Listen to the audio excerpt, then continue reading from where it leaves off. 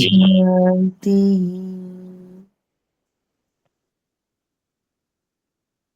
ओम। योगदर्शन के द्वितीय साधन पाद के 26 सूत्रों को हम पढ़ चुके हैं।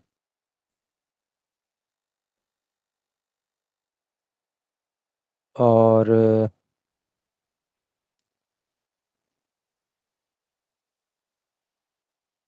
विवेक ख्याति रविप्लवा हानोपाय, इस सूत्र पढ़ा था। इस सूत्र को हमने पूरा कर लिया था, तो यदि इसमें से कोई बात पूछना चाहते हैं तो पूछ सकते हैं।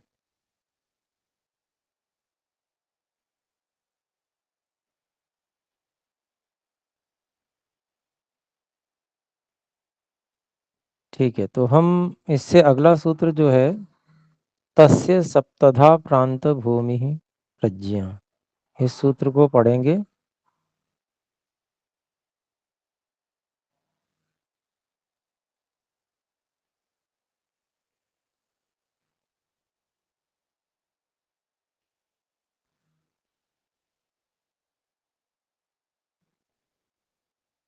तो तस्य,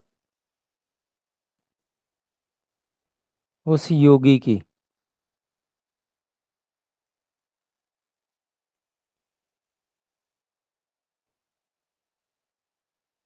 अंतिम शरीर वाले योगी की 7 प्रकार की अति उच्च स्तर की अनुभूतियां होती हैं।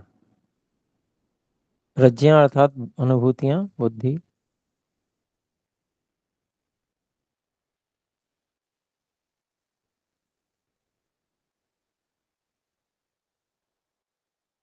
हानोपाय बताया। हानोपाय के बाद में जो जिसने हान प्राप्त कर लिया है, अर्थात मोक्ष प्राप्त कर लिया है, उसको क्या अनुभूतियां होती हैं, वो यहाँ पर बताई गई हैं।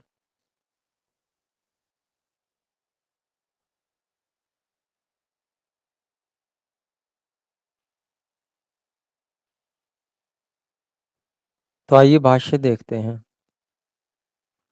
व्यास भाष्यम। तस्येति प्रत्युदित ख्यातेः प्रत्याम्नायः।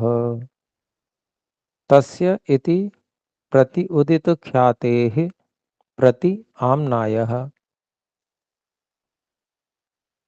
सूत्र में जो तस्य, यह पढ़ा गया है,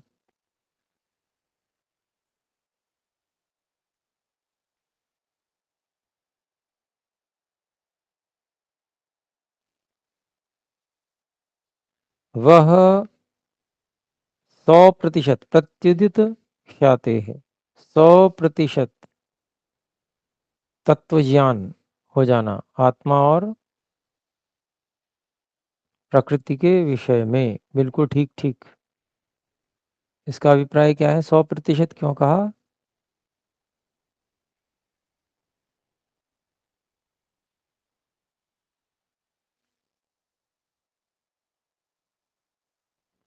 क्योंकि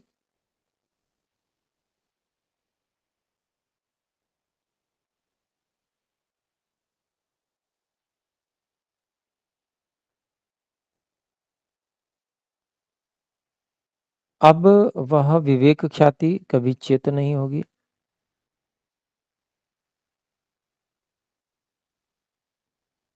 और उसका परिणाम यही होगा कि वह सीधे मोक्ष की ओर ही बढ़ता चला जाएगा। अर्थात वो अब विपरीत जो अविद्या के संस्कार हैं उनसे प्रभावित नहीं होगा। अपने विषय में, संसार के विषय में, और बहुत कुछ परमात्मा के विषय में भी वो ठीक ठीक जानेगा। साक्षात्कार का स्तर नहीं भी हो तो भी, लेकिन गहरा स्तर है।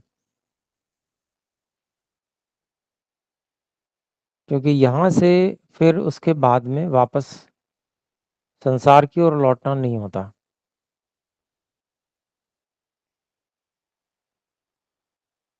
तो ऐसे योगी के प्रति ये पाठ किया गया है। तस्य, यह जो पाठ है, सूत्र में तस्य, यह जो पाठ है वह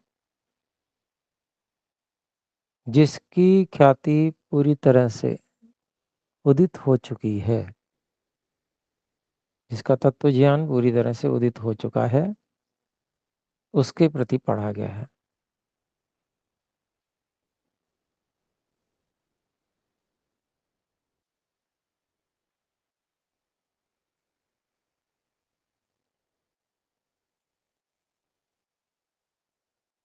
फिर आगे कहते हैं सप्तधेति अशुद्ध्यावरण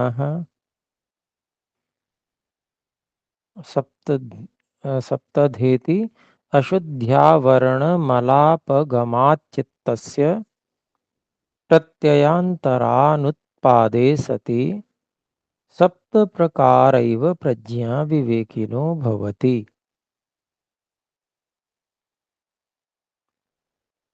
तो तस्य का तो जो पढ़ा गया उसका अभिप्राय बता दिया, किस योगी की बात चल रही है।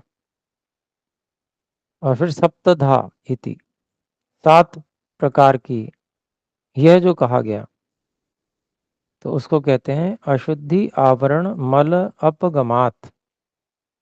अशुद्धि का आवरण रूपी जो मल है उसके हट जाने से,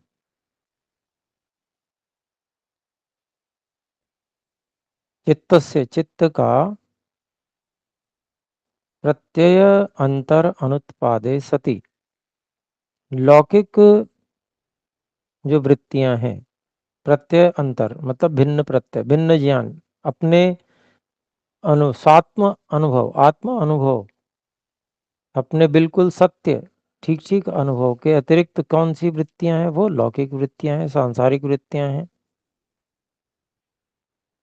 जो सामान्य व्यक्ति को अपनी ओर खींचती हैं।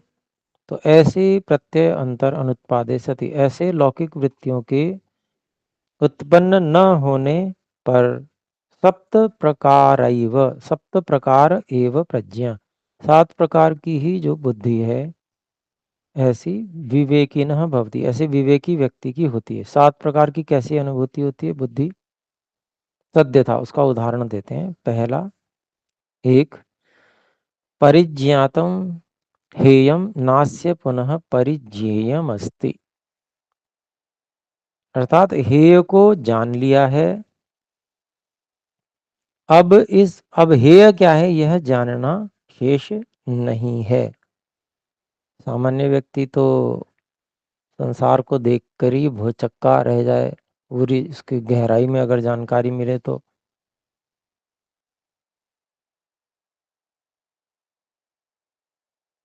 पर ये, इसको ऐसा लगता है कि अब इस संसार में कुछ जानने योग्य नहीं रहा, हे जो है वह जान लिया है। नास्य परिचय, पुनः परिचय, इसमें से कुछ भी अब जानने, फिर से जानने योग्य नहीं है। दूसरी बात, क्षीणा हेय हेत वो न पुनरितेषां क्षेतव्यमस्ति,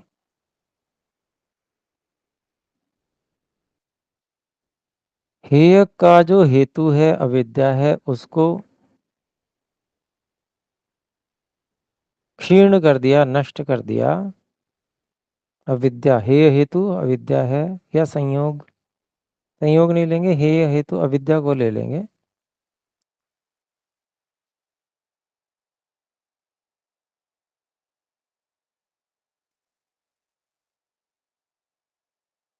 हेय का जो हेतु है वो तो अविद्या ही है, अदर्शन।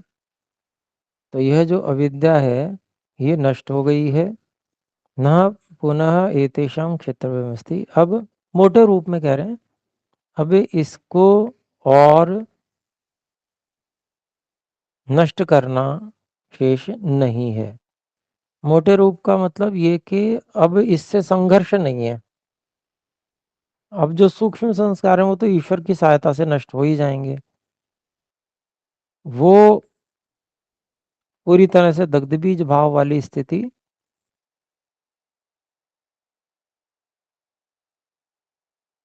हो जाएगी, वो सुनिश्चित हो गई है। तीसरी साक्षात कृतम निरोध समाधिना हानम। फिर अब ये क्रम से जैसे विवेक ख्याति जो अविप्लव प्राप्त हुई, उसके बाद फिर उसको क्रम से निरोध समाधि भी प्राप्त होती है। तो अब ये उससे भी आगे की स्थिति आ गई।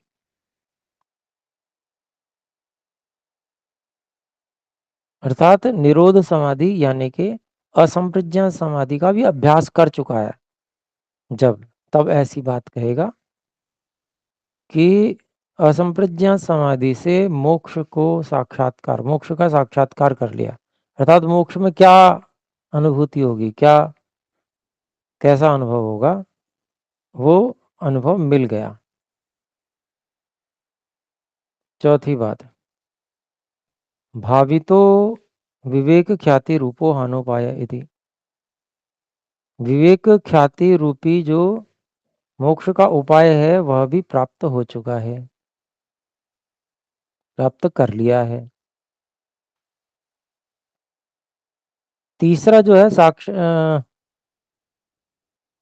और चौथा, इसमें बड़ी दूरी है, क्योंकि ये जो स्थिति है ना विवेक ख्याति, ये जो है अविप्लव विवेक ख्याति और विवेक ख्याति, यह जो है पुरुष अर्थात जीवात्मा के साक्षात्कार तक की स्थिति है।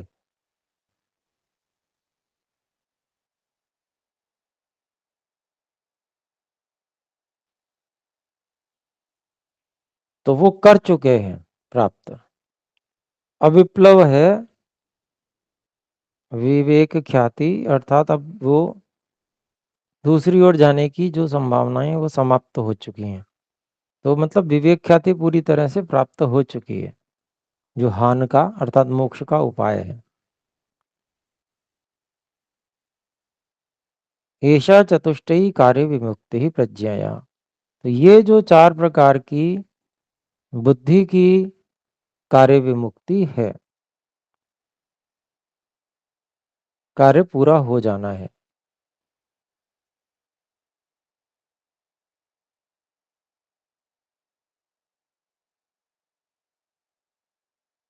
इसमें जो तीसरा बिंदु है इसको हम इस रूप में भी ले सकते हैं कि बस अब निरोध समाधि में कोई दूरी नहीं रह गई है, अगर हम उसको इस तरह से कहें तो ऐसा भी ले सकते हैं। नहीं तो फिर हमको विवेक ख्याति से भी आगे जाकर जो असंप्रज्ञात समाधि प्राप्त होती है उसके अभ्यास को भी यहाँ ग्रहण, अभ्यास और अभ्यास पूर्वक उसकी सिद्धि निरंतर, उसको भी यहाँ ग्रहण कर लेना होगा। लेकिन चौथे में क्योंकि भावी तो विवेक ख्याति रूप वहां न पाए ये कहा गया, और फिर बाद में ईशा चतुष्टयी कार्य विमुक्ति प्रज्ञा यहाँ कहा गया, बुद्धि का कार्य पूरा हो जाना। तो बुद्धि का कार्य जो है वह संप्रज्ञा समाधि की उच्चतम अवस्था में पूरा हो जाता है। तो इस दृष्टि से तीसरे का अभिप्राय हम कि बस ये कोई चीज, जैसे मान लीजिए हम कहीं जा रहे हैं और दिल्ली हमने देख लिया कि भाई ये पास में ही दिल्ली है, तो हम कहते हैं कि भाई दिल्ली पहुंच गए। ऐसी स्थिति भी यहाँ मान सकते हैं कि बस मोक्ष का तो पता चल ही गया अब हमें चार अनुभूतियों में। प्रथम चार की बात है, फिर आगे चित्त विमुक्तिस्तु त्रयी, सप्त सात प्रकार की जो वो अनुभूतियां हैं उसमें चित्त की मुक्ति जो है वो तीन प्रकार की बताई गई है। चरिताधिकार बुद्धि ही पहला है,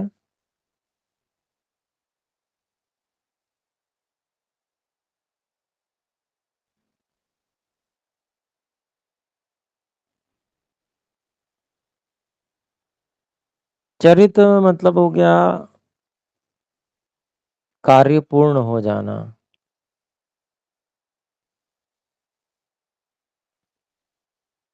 अधिकार हो गया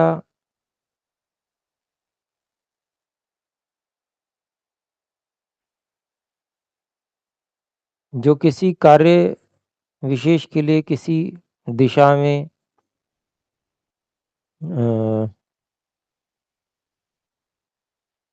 प्रवृत्त कराने का एक स्वभाव, वो हो गया। तो जो प्रवृत्ति का स्वभाव है वो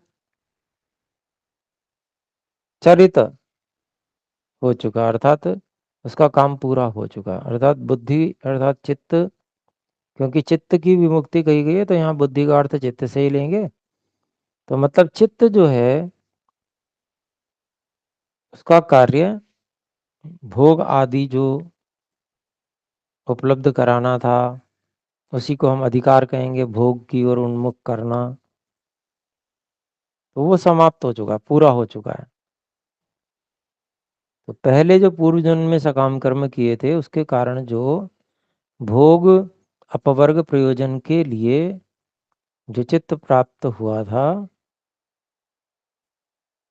उस साधन का जो प्रयोजन है पूरा हो चुका है, ऐसा अपने को समझेंगे, अपना इसको समझेंगे चरिताधिकार बुद्धि। फिर दूसरी बात, छठी बात है गुण गिर गुण गुणा गुणा गिरिशिखर तटच्युता इव ग्रामाणो निरवस्थानाः स्वकारणे प्रलयाभिमुखाः सह तेनास्तं गच्छन्ति। जो गुण है अर्थात सत्वरजतम गुण है, शिखर गिरि शिखर तटच्युता इव ग्रावण, तो ऐसे पत्थर के समान, जो ऐसी चट्टान ऐसे पत्थर के समान, ग्रावण इव ऐसे पत्थर के समान जो गिरि शिखर तट च्युता, जो पर्वत के शिखर के तट से छूटा हुआ गिरा हुआ उसके समान है।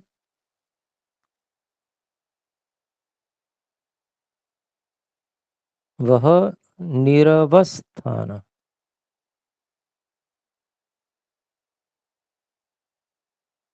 अर्थात बिना रुकावट के, बिना आधार के होकर, रुकने की स्थिति में न होकर, ऐसा निहि अवस्थान, रुकने अवस्थान है रुकना, निहि निषेध हो गया, तो अर्थात रुकने की स्थिति में जो नहीं है अब,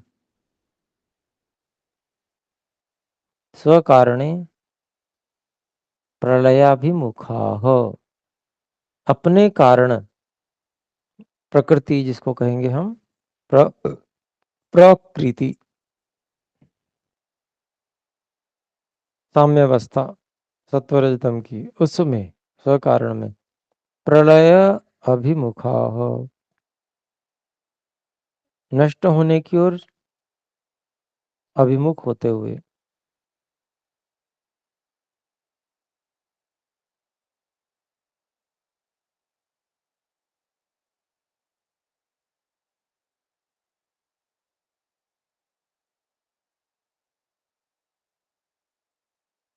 तेन सह, तेन को पहले ले आएंगे, तेन सह अस्तम गच्छन्ति, उस चित्त के साथ ही समाप्ति की ओर चले जाते हैं। तो यहाँ जो आरंभ में छठे में गुणः कहा है, गुण का मतलब वह जो चित्त के अतिरिक्त बाकी सूक्ष्म शरीर है और जो स्थूल शरीर है, उन सब के लिए यहाँ पर गुणा शब्द का प्रयोग मान सकते हैं, क्योंकि चित्त के साथ में बाकी सब भी, जब चित्त नष्ट होगा तो बाकी सब भी नष्ट हो जाएंगे। गुणा कौन कौन से, वो कौन से, अर्थात चित्त से अतिरिक्त जितने सूक्ष्म शरीर और स्थूल शरीर आदि हैं वो सभी।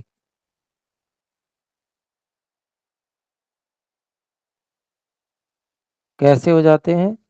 जैसे पर्वत के शिखर के तट से छूटा हुआ पत्थर उसके समान न रुकने की स्थिति में, आधार रहित स्थिति में, अपने कारण अर्थात प्रकृति में, सत्वरजतम की साम्यावस्था में, प्रलय की ओर अभिमुख हुए हुए उस चित्त के नाश के साथ साथ नाश को प्राप्त हो जाते हैं। फिर आगे कहते हैं न च एषाम प्रविलीनानाम पुनरस्त्युत्पादः प्रयोजनाभावादिति। तो इन प्रविलीना नाम जो लय को प्राप्त हो गए हैं, प्रलय को प्राप्त हो गए हैं, नाश को प्राप्त हो गए हैं, कारण में विलीनता को प्राप्त हो गए हैं, ऐसे जो गुण हैं सभी, सूक्ष्म शरीर, स्थूल शरीर आदि, इनका उत्पादन फिर से नहीं होता है। किसके लिए? इस जीवात्मा के लिए जो मुक्ति में चली जा रही है। इसके लिए फिर से सूक्ष्म शरीर, स्थूल शरीर आदि इनका उत्पादन फिर नहीं होता है प्रयोजनाभावात, क्योंकि प्रयोजन का अभाव हो गया। अब कोई प्रयोजन तो रहा नहीं भोग और मोक्ष, वो उसका सिद्ध हो गया है। फिर सातवां, तो ऐसा अनुभव रहता है, पता चलता है कि ऐसे ऐसे ये सब कारण में विलीन हो जाएंगे, ये अनुभूति रहती है। छठी अनुभूति है ये। अब ये दोबारा फिर से सूक्ष्म और स्थूल शरीर के रूप में ये गुण नहीं आएंगे, ऐसी अनुभूति रहती है। सातवां, एतस्याम अवस्थायाम गुण संबंधातीतः स्वरूप मात्र ज्योति अमलः केवली पुरुष इति। इस अवस्था में जो सत्वरजतम की साम्यावस्था प्रकृति जो गुण है, उनके संबंधों से उनका संबंध जो है अतीत हो चुका है, जिनका अर्थात भूतकाल में जा चुका है।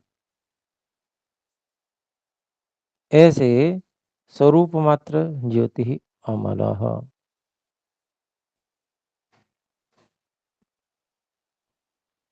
अमलः मतलब सभी जो इस प्रकार की जो मल हैं प्रकृति से संबंधित, उन सभी मलों से छूटा हुआ, अविद्या आदि मलों से छूटा हुआ ज्योति ज्ञान स्वरूप, अपने स्वरूप मात्र में केवली अकेला प्रकृति से भिन्न ऐसा पुरुष होता है, अर्थात जीवात्मा रहता है। ये उसकी अनुभूति रहती है कि मैं ऐसा रहूंगा। अर्थात उसको उस समय ऐसी अनुभूति हो जाती है कि ये सब जो भी साधन है ये कुछ मेरे साथ नहीं है, ये बिल्कुल अलग है, मेरे को ईश्वर की सहायता मिल रही है, मैं बिल्कुल चेतन स्वरूप में स्वयं को अनुभव कर रहा हूँ।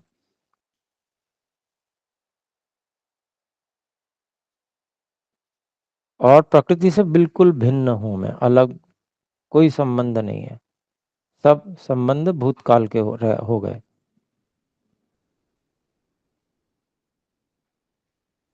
बंधन बिल्कुल अनुभव में नहीं आता, मतलब ये है। एताम सप्तविधाम प्रांत भूमि प्रज्ञाम अनुपश्यन पुरुषः कुशल इति आख्यायते। तो ये सब क्रम से होता है, असंप्रज्ञात समाधि, और फिर उस असंप्रज्ञात समाधि में संस्कार, सूक्ष्म संस्कारों का भी दग्ध बीज भाव होना, ये सब होकर इस स्थिति में व्यक्ति पहुंच जाता है। तो वही अनुभूतियां उसकी एक क्रम से होती रहती हैं कि भाई ऐसा हो गया, ऐसा हो गया, अब तो ऐसी स्थिति आ गई, सातवीं बिल्कुल पूरी तरह से फाइनल अवस्था। तो इन सात सप्तविधाम प्रांत भूमि प्रज्ञाम, अत्यंत उत्कृष्ट, अत्यंत ऊंची 7 प्रकार की जो अवस्थाएं हैं, भूमि अनुभूतियां हैं, ऐसी अवस्थाओं की जो अनुभूतियां हैं प्रज्ञा, इन अनुभूतियों को अनुपश्यन, अनु क्यों लगाते हैं कि इसको परमात्मा भी देख रहा है, आत्मा भी देख रहा है। तो आत्मा जो देखेगा तो वो अनुपश्यन कहा जाएगा। जो जीवात्मा है इसको देखता हुआ कुशल इति आख्यायते, कुशल इस नाम से कहा जाता है। प्रति प्रसवे अपि चित्तस्य मुक्तः कुशल इति एव भवति गुणातीतत्वादिति। चित्त का प्रतिप्रसव, प्रसव मतलब जन्म है, प्रतिप्रसव मतलब नाश है। तो चित्त का नाश हो जाने पर भी मुक्तः, जीवात्मा जो है वो मुक्त कुशल इति एव भवति, यही रहता है, होता है। क्यों इसको कुशल और मुक्त कह रहे हैं? क्योंकि गुण अतीतत्वात् इति, प्रकृति से पूरी तरह से संबंध छूट जाने के कारण से। अब गुण से जो संबंध है, सत्वरजतम से जो संबंध है, वो पूरी तरह से अतीत भाव को प्राप्त हो गया, भूतकाल भाव को प्राप्त हो गया है। तो इस प्रकार से यह समझना चाहिए। तो इसके विषय में हमें समझना है क्या ये अनुभूतियां रहती हैं,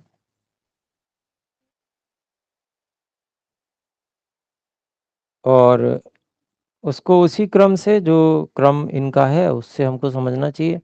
सातों अनुभूतियां एक साथ एक ही समय में नहीं होती हैं, क्रम से होती हैं। जैसे जैसे व्यक्ति मतलब अविप्लव विवेक ख्याति से और पूर्ण मुक्त की स्थिति तक में ये अनुभूतियां रहती हैं, ऐसा हम समझ सकते हैं। और जो पूर्ण मुक्त की अवस्था में पहुंचता है व्यक्ति, तो उसको ये पता होता है कि हाँ, ये सारी अनुभूतियां मेरी रही हैं, ऐसा अपने को समझना चाहिए। तो इस पे विचार कीजिए, और जो बात कोई समझ में नहीं आती है उसको अगली कक्षा में रख सकते हैं। आइए एक बार ओम का उच्चारण करें। ओ